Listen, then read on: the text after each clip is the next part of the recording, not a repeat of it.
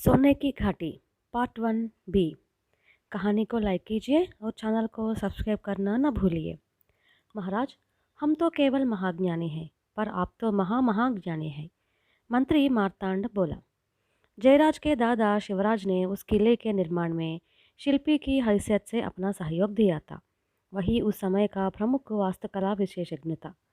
राजा की आज्ञा से राजसेवकों ने जयराज के पिता शेषराज शिल्पी को बंदी बनाकर राजा के सामने उपस्थित किया। इसका सिर काट डालो, राजा शूरसेन ने हुक्म दिया।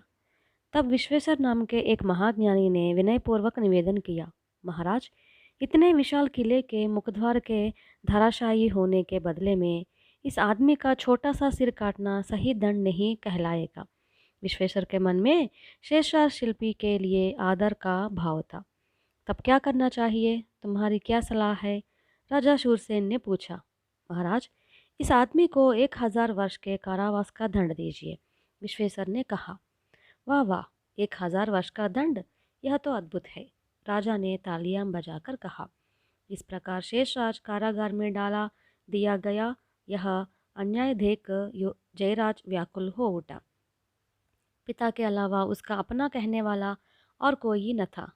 ऐसा अत्याचारपूर्ण कठोर दंड देने वाला राजा शूरसेन की उसने भरी सभा में निंदा करनी चाहिए, पर उसके शुभचिंतकों ने उसे समझा बुझाकर रोक दिया। लेकिन शेषराज कारागार में 1 वर्ष भी न काट सका। दुख और यातना के कारण वह शीघ्र ही परलोक सिधार गया। शेषराजु की मृत्यु का समाचार सुनकर राजा सूरसेन ने अपने मंत्रियों से कहा, देखते हो ना, वह अपराधी 999 वर्ष का दंड भोगे बिना चला गया। तब महाज्ञानियों में से एक ने कहा, महाराज, मेरा एक सुझाव है।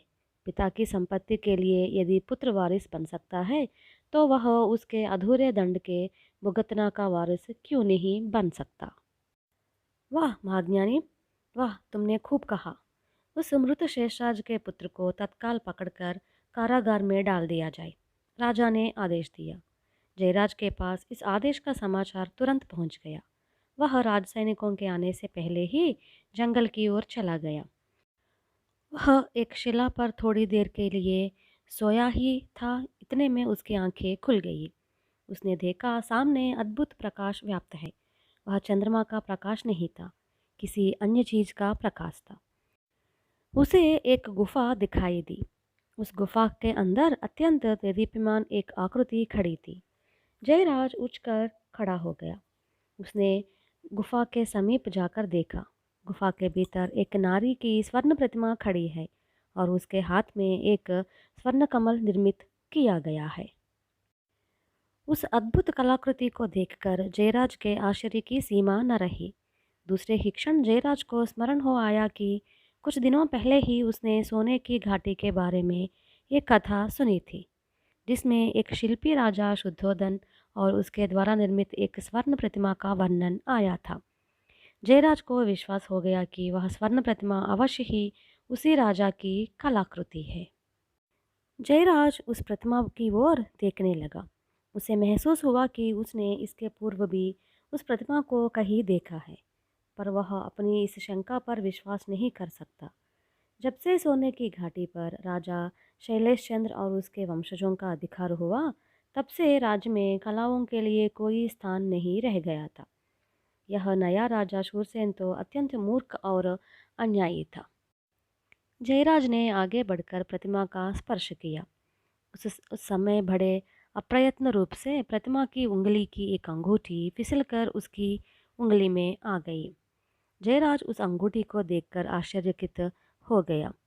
उसे अनिर्वचनीय आनंद की अनुभूति हुई। वह प्रतिमा को एकटाक देखता हुआ वही जमीन पर बैठ गया। दूसरे ही क्षण नशे की तरह सम्मोहक कोई वस्तु उसके भीतर चली गई। जयराज अभी तंद्रिल अवस्था में था कि उसे एक आवाज़ सुनाई दी। किसी ने बड़े चुनौती के स्वर में उससे पूछा, क्या तुम इस सुंदर स्वर्ण प्रतिमा में प्राण प्रतिष्ठा होने के रहस्य को जानना चाहोगे? हाँ, अवश्य जानना चाहूँगा, जयराज ने आनंद विह्वल होकर उत्तर दिया। अच्छा, सबसे पहले तुम प्रतिमा की सुरक्षा का समुचित प्रबंध करो। इसके बाद तुम जलप्रपात के पीछे विद्यमान गुहा में प्रवेश करना। गुफा को पार करने के बाद तुम एक सर्वथा नए प्रदेश में प्रवेश करोगे। वहां तुम्हें एक देवी के दर्शन होगा।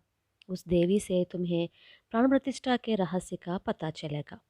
प्राण प्रतिष्ठा के बाद जब स्वर्ण प्रतिमा सजीव नारी के रूप में प्रत्यक्ष हो जाए, तुम उससे विवाह करने के लिए देवी से वर मांगना।